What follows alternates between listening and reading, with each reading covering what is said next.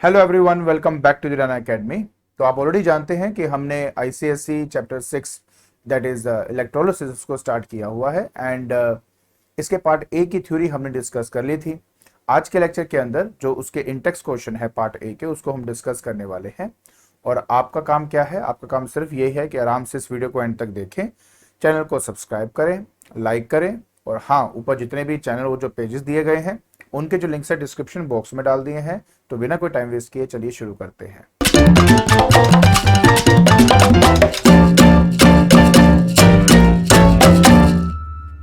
देखिए बेटा, शुरुआत होती है सबसे पहले फिल इन द ब्लैंक्स के साथ। आपका सबसे पहला क्वेश्चन है कि जो पाउडर सोडियम क्लोराइड है, जिसको हम कॉमन सॉल्ट कहते हैं, does not conduct an electric current but it does so when. देखिए, जब हमारा सोडियम क्लोराइड सॉलिड स्टेट के अंदर होता है, वैसे तो ये एक आयनिक कंपाउंड है जिसमें Na पॉजिटिव और Cl नेगेटिव के आयंस होते हैं और इन पॉजिटिव और नेगेटिव आयन के बीच में स्ट्रॉन्ग फोर्स ऑफ अट्रैक्शन, जिसको इलेक्ट्रोस्टैटिक फोर्स हम कहते हैं, वो एक्ट करता है। लेकिन जब हम उसको पानी में डिसॉल्व कर देते हैं या हम उसको मेल्ट कर देते हैं, मतलब मोल्टन स्टेट के अंदर या फ्यूज स्टेट के अंदर हम लेते हैं, तब उसके आयंस टूट जाते हैं और उसके बाद वो कंडक्शन में हेल्प करते हैं उनके आयंस। तो पहले पार्ट का आंसर वही है, डिसॉल्व्ड इन वाटर, और जब उसको मेल्ट किया जाता है तब ऐसा होता है। बी पार्ट के अंदर आता है कि molten lead bromide conducts electricity and क्योंकि molten lead bromide electricity conduct कर सकता है, इसलिए उसको इलेक्ट्रोलाइट कहा जाएगा। तो पहले पार्ट का आंसर वही इलेक्ट्रोलाइट ही होगा। इट इज कंपोज्ड ऑफ, किस चीज से बना हुआ है? लेड के आयन के साथ, ब्रोमाइड के आयन के साथ ये बना हुआ है। जो लेड आयंस हैं, क्योंकि ये मेटल आयंस हैं, तो ये पॉजिटिवली चार्ज्ड होते हैं और क्योंकि ये पॉजिटिवली चार्ज्ड हैं इसलिए इनको कैटायंस कहा गया है। ब्रोमाइड जो कि एक नॉन मेटल आयन है और ये आपका नेगेटिवली चार्ज्ड होते हैं, ठीक है। एंड क्योंकि ये नेगेटिवली चार्ज्ड हैं इसलिए इनको हम एनायंस का नाम देते हैं। तो कैटायन होता है पॉजिटिवली चार्ज और एनायंस होते हैं आपके नेगेटिवली चार्ज्ड आयंस। बात करते हैं सी पार्ट की। कहते हैं substance which conduct electricity in the solid state are generally metals. हमने जब अपने सबसे पहला जो लेक्चर मैंने अपलोड किया था, आप उसमें देख सकते हो, मैंने आपको बताया है कि मेटल जो है वो अपने सॉलिड स्टेट के अंदर due to the presence of free electrons electricity को आराम से कंडक्ट कर सकते हैं। तो ये मेरे सी पार्ट का आंसर है। फिर क्या था? The electron releasing tendency of zinc, copper से ज्यादा जो रिएक्टिव है वो आपका जिंक होता है, क्योंकि जिंक जो है वो आसानी से अपने इलेक्ट्रॉन को दे पाता है एज कंपेयर टू कॉपर। तो आंसर मोर आएगा। कहता है a solution of HCl gas in water conduct electricity because, देखो जब आप पानी के अंदर HCl गैस को डालते हो तो वैसे तो हाइड्रोक्लोरिक जो एसिड है वो बनता है और साथ में वो डिसोसिएट हो जाता है H पॉजिटिव और Cl नेगेटिव आयंस के अंदर, तो बेसिकली वो आयनाइज हो जाता है।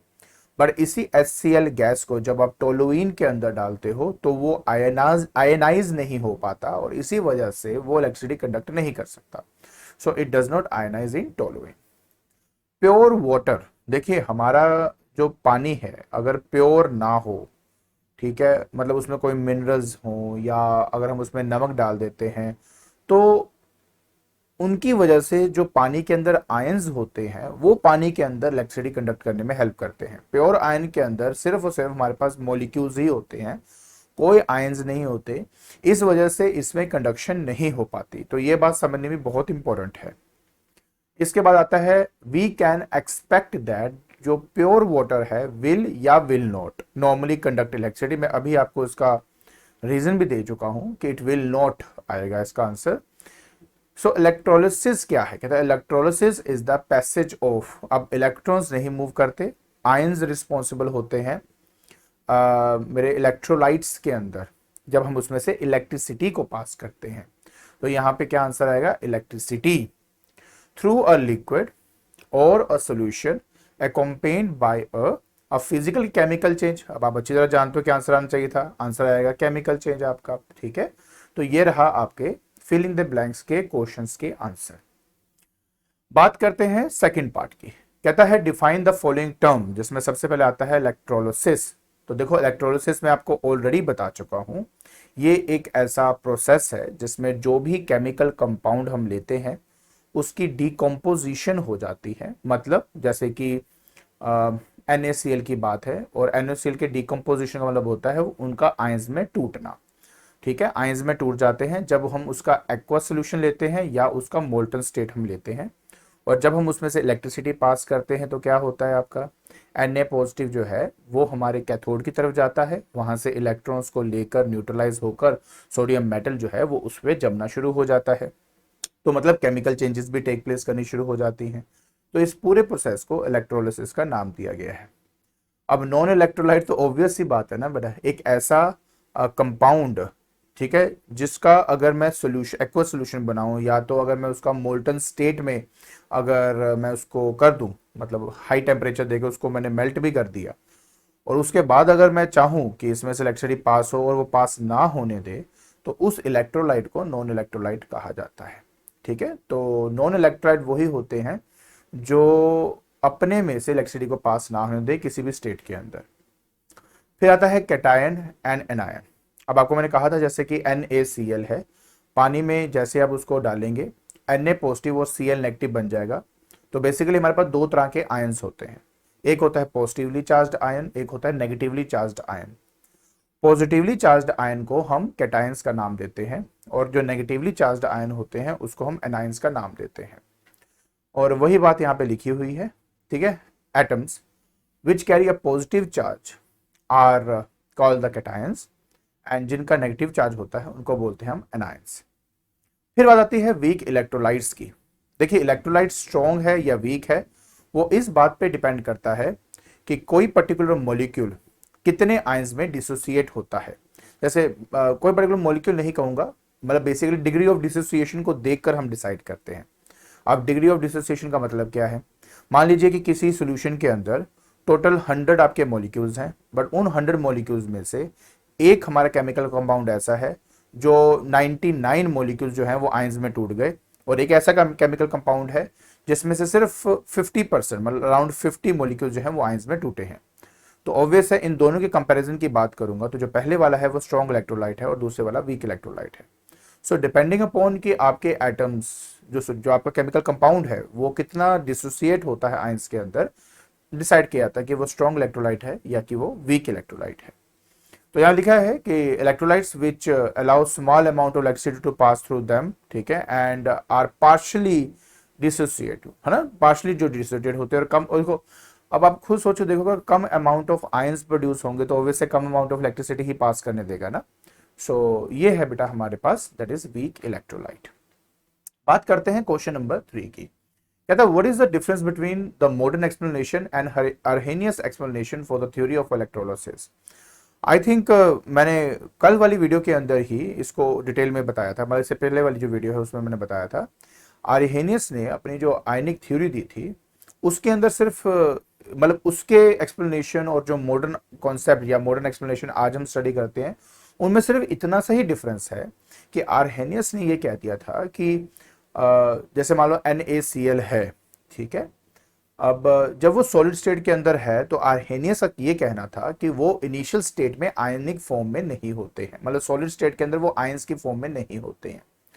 ठीक है, जैसे मैं उसको पानी में डालूंगा तो पानी ही कुछ ऐसा करेगा जिसकी वजह से Na पॉजिटिव और Cl नेगेटिव बन जाएगा, मतलब पहले आयंस नहीं है, पानी में घोलने के बाद वो आयंस बनते हैं। लेकिन मॉडर्न कॉन्सेप्ट ये बोलता है कि जो NaCl है उसमें Na पॉजिटिव और Cl नेगेटिव दोनों ही आयंस हैं। सॉलिड स्टेट के अंदर दोनों आयंस के बीच में जो फोर्स ऑफ अट्रैक्शन एक्ट करती है जिसको हम कहते हैं द इलेक्ट्रोस्टैटिक फोर्स, उसकी वजह से वो बाउंड स्टेट में रहते हैं। जैसे आप उसको किसी पानी के अंदर डालेंगे, लिक्विड के अंदर डालते हो, तो वो क्या करते हैं, इसी Na पॉजिटिव और Cl नेगेटिव को एक दूसरे से अलग अलग कर देते हैं क्योंकि उनके बीच का जो फोर्स है वो वीक कर देते हैं। तो मॉडर्न कंसेप्ट बोलता है कि वो पहले से ही आयंस थे बट पानी ने क्या किया, उनको अलग अलग किया।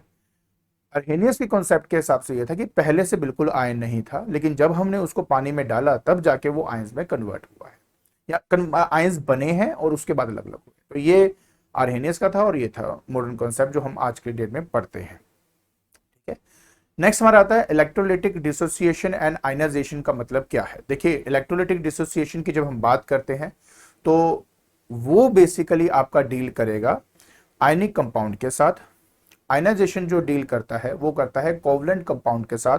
और मैं अगर बहुत प्रिसाइजली बोलूं तो ये एक्चुअली काम करता है पोलर कोवलेंट कंपाउंड के साथ। ठीक है, तो ये दोनों की मेन डिफरेंशिएशन है। तो यहाँ पे लिखा हुआ है पोलर कोवलेंट कंपाउंड जो है, और यहाँ पे लिखा है इलेक्ट्रोवेलेंट जो कंपाउंड है, ठीक है, उनकी डिसोसिएशन होती है, तो उसको डिसोसिएशन कहा जाता है।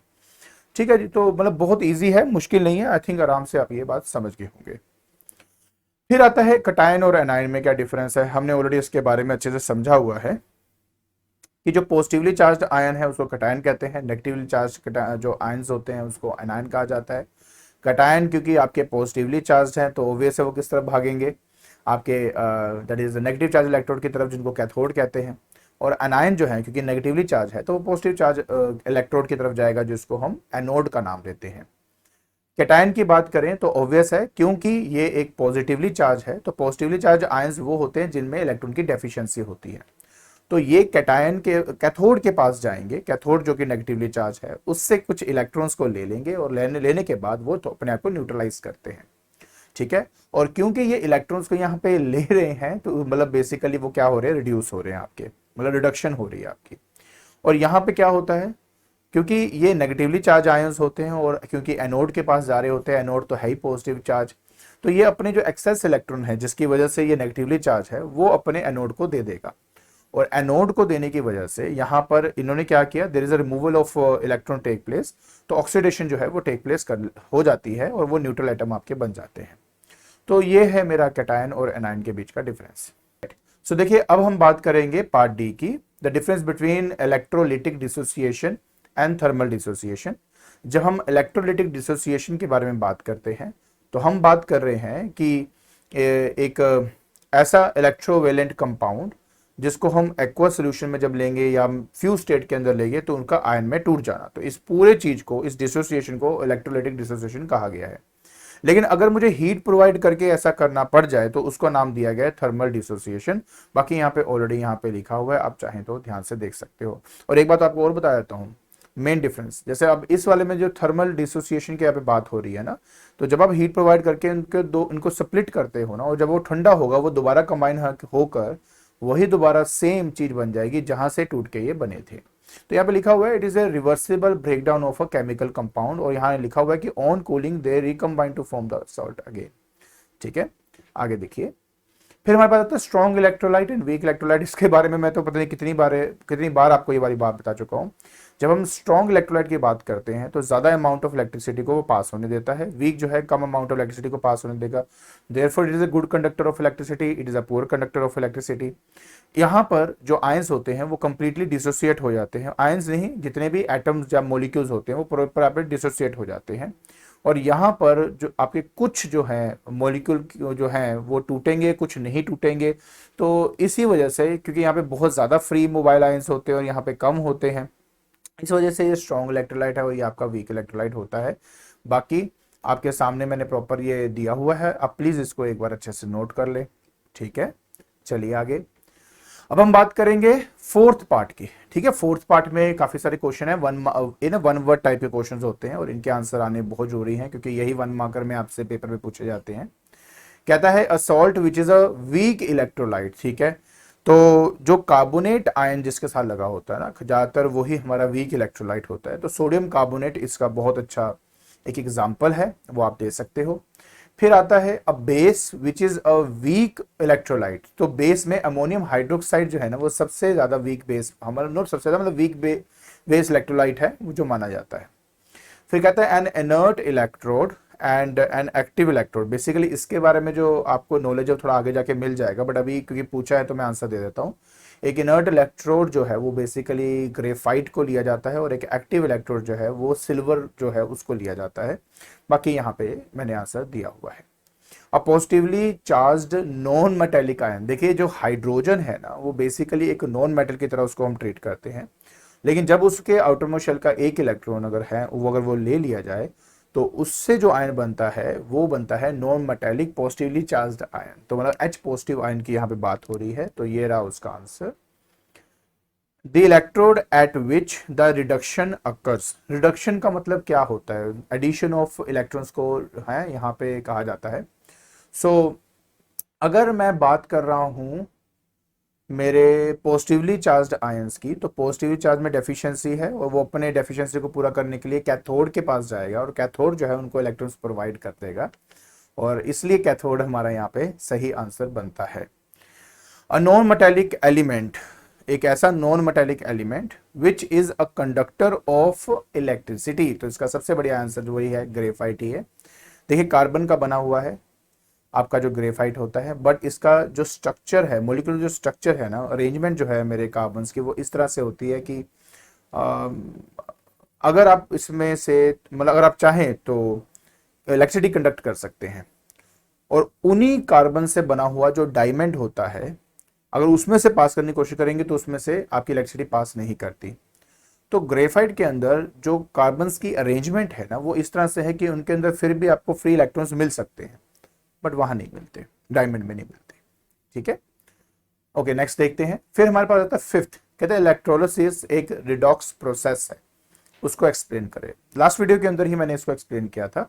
देखिए सिंपल सी बात, आप यहाँ पे थोड़ा समझने की कोशिश करें, आपको बहुत अच्छे से क्लैरिटी होगी। सबसे पहले यहाँ पे लिखा है कि एक जो रिएक्शन है कैथोड या एनोड के अंदर, उनमें एक्चुअली में क्या होता है, उनमें अगर कैथोड की बात करें तो कैथोड होता है नेगेटिवली चार्ज, और कोई भी जैसे पॉजिटिवली चार्ज आयन जब कैथोड के पास जाता है तो कैथोड उनको इलेक्ट्रॉन्स प्रोवाइड करके दोबारा इसको न्यूट्रलाइज करता है, तो इस प्रोसेस को रिडक्शन कहते हैं।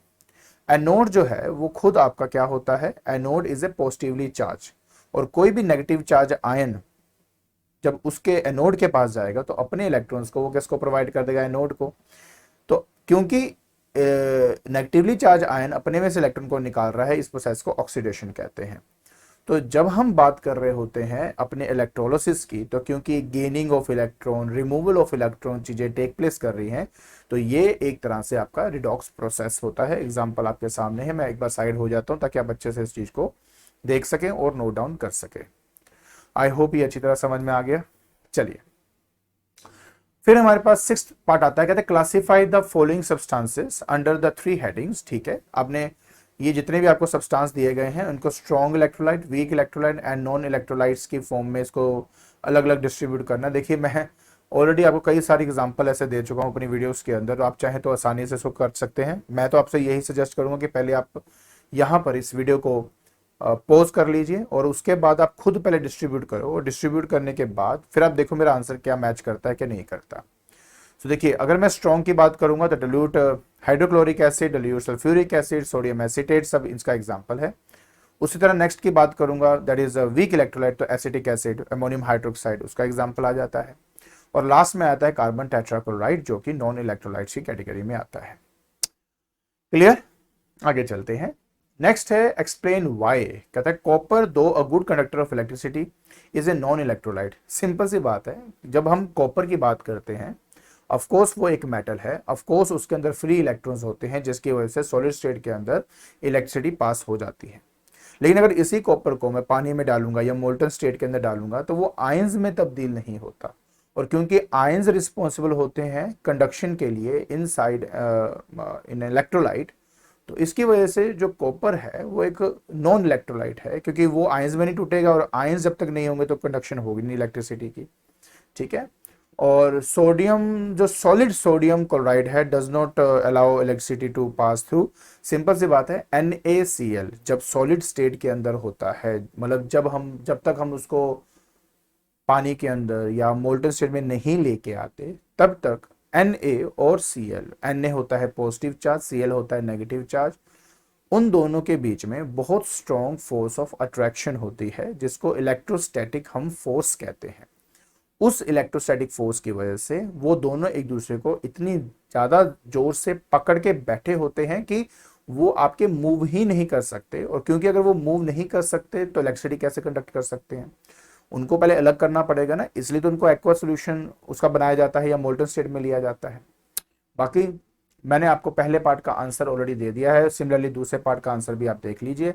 सो इसको प्लीज नोट कर लो, और नोट करने के बाद हम नेक्स्ट क्वेश्चन पे अब चलते हैं। ऑलराइट, सो अब बात करते हैं 8वें क्वेश्चन की कहता है चूज ए बी सी और D to match the description 1 to 5। Okay 1 to 5 ठीक है। Non electrolyte, strong electrolyte, metallic. Okay easy है। देखिए क्या करना है, ये आपको सब कुछ यहाँ पे पूछा गया है। अब जब यहाँ पे पूछा गया तो ये बता दीजिए इन चारों में से मोस्ट अप्रोप्रिएट वर्ड कौन सा इसके सामने आएगा। अब मोल्टन आयनिक कंपाउंड की बात करूंगा तो ऑब्वियस है कि हमारे पास स्ट्रॉन्ग इलेक्ट्रोलाइट इसका आंसर है, क्योंकि आयनिक कंपाउंड जब वो मोल्टन स्टेट में लेके आते हैं तो मतलब जैसे पॉजिटिव आयन और नेगेटिव आयन जो है वो क्रिएट होते हैं और इलेक्ट्रिसिटी कंडक्ट हो जाती है। कार्बन टेट्राक्लोराइड, अभी मैं जस्ट पीछे से पिछले वाले जो क्वेश्चन है वहां पे बताया आपको मैंने कि ये हमारा एक नॉन इलेक्ट्रोलाइट होता है। एक एल्यूमिनियम वायर की बात करें तो एल्यूमिनियम वायर क्या होता है, एक मेटालिक कंडक्टर जो है वो बेसिकली उसको कहा गया है। A solution that containing solvent molecules, अच्छा एक ऐसा सॉल्यूशन जिसके अंदर सॉल्वेंट के मॉलिक्यूल भी प्रेजेंट है। और कुछ ही आयंस में आपके एक्चुअली क्या है, solute molecules and ions form by the dissociation of the solute molecules, मतलब कम अमाउंट ऑफ आयंस हैं इसके अंदर, तो ये हमारा वीक इलेक्ट्रोलाइट की कैटेगरी में आ जाएगा। A sugar solution with sugar molecules and water molecules, obvious इसमें कोई आयन नहीं है, इसी वजह से ये भी आपका नॉन इलेक्ट्रोलाइट की कैटेगरी में आ जाता है। ठीक है, इजी है, आई होप आपको समझ में आ गया होगा। चलिए एंड फाइनली हमारे पास आखिरी क्वेश्चन यहाँ पे आ गया है। कहते हैं an electrolyte which completely dissociate into ions are alcohol, sucrose बिल्कुल भी नहीं, कार्बोनिक एसिड भी नहीं करता, जो कंप्लीटली डिसोसिएट नहीं होता आयंस के अंदर, sodium hydroxide is the right answer, और यही आपका यहाँ पे आंसर है। क्लियर, आई होप आपको ये जितने भी इंटेक्स क्वेश्चन हैं उनके जो आंसर्स हैं वो अच्छी तरह समझ में आगे होंगे। ठीक है, तो आज के लेक्चर के अंदर हमने जो इंटेक्स क्वेश्चन 1 है उनको डिस्कस कर लिया है। आई होप आपको ये क्वेश्चन और उनके आंसर समझ में आगे होंगे, और नेक्स्ट वीडियो के अंदर मैं जो उसका बाकी का पार्ट है वो स्टार्ट कर लूँगा। और अगर आपको मेरी वीडियो पसंद आ रही है तो प्लीज़ इसको लाइक करें, इसको शेयर करें और इसको प्लीज़ सब्सक्राइब करें। आज के लिए बस इतना ही। Thank you so much.